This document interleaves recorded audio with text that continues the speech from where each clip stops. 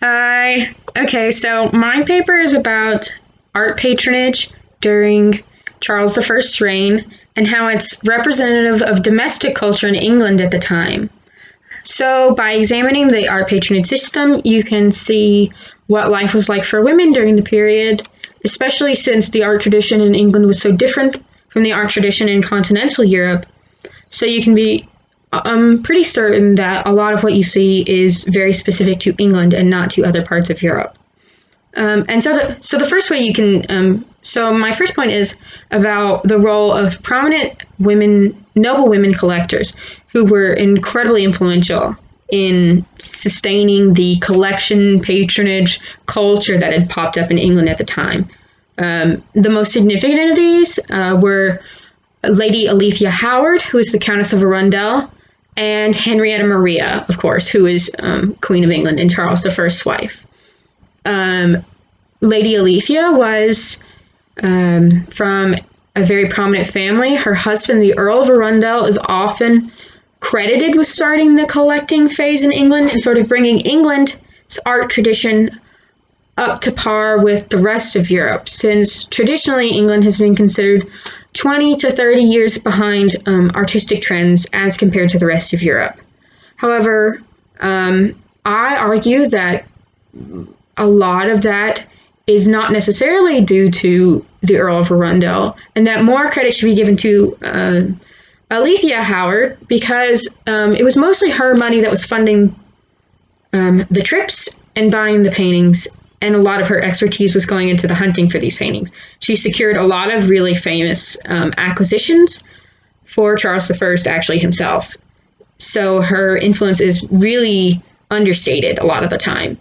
And then we see sort of that noble women collectors were really focused on decorating domestic spaces. So we see this both with Henrietta Maria and her Queen's Palace, and also Alethea Howard with her home in Tart Hall. So you can be sure that sort of what's inside the home is what they picked out and not their husbands, because women were expected to be sort of the leaders of the domestic space. And so they chose the decorations for the inside of the home. And so we can sort of see their tastes reflected in that.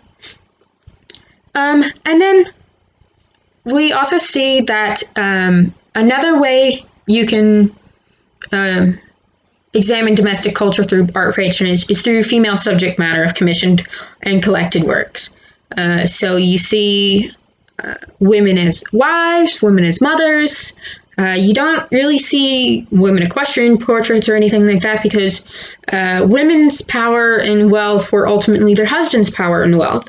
So you usually see them portrayed in relation to their families and not necessarily on their own. And we also see women taking charge sort of their images, of their self-image, especially with Henrietta Maria, because she sort of had a really poor reputation, so she attempted to control her image through commissioned works of art.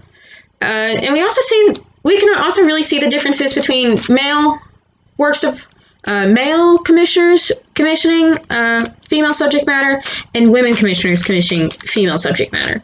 So, for example, a portrait of Charles I's children, Henrietta Maria commissioned, originally has their oldest son, in a child's smock, which was essentially a dress. And Charles I didn't like it and made Van Dyck redo it with his son in pants. So we see the differences between how the French mother, Henrietta Maria, wanted her children looking soft and innocent, and the English father figure wanted his children looking regal, respectful, and manly. And then, lastly, I talk about the small but significant presence of female artists in England at the time. Mainly I focus on Joan Carlyle, who was mostly a portrait artist, and Louise Moulin, who is a still life painter. And so you see that still lives and botanical illustrations were really popular subjects for women at the time, because they didn't need to sit with a model, which would have been damaging to the reputation. And then Joan Carlyle is considered the first female professional English painter. So most other professional female painters in England at the time were not from England, they were from other parts of Europe. So it was more socially acceptable for women from other parts of Europe to become painters and artists than it was in England. And just as a whole, England had fewer female artists than the rest of Europe. So some of the sources I used, Politicizing Domesticity, which talks about Henrietta Maria's influence as a collector, also her attempts to sort of scrub out her image. And I also used this book on Anthony van Dyck. Anthony van Dyck was the court painter for Charles I, and he was really influential. He was considered sort of the head of the Baroque movement in England. And I also used an inventory of objects from Lady Arundel's home, Tart Hall, which sort of tells you where the different paintings are from and how many of them she had, which is really helpful because, for example, she mostly favored Dutch paintings, and Dutch paintings were really domestic in nature. So women, children, mothers, cleaning, so that sort of thing. And I also used the book Women According to Men, The World of Tudor Stuart Women, which was very helpful in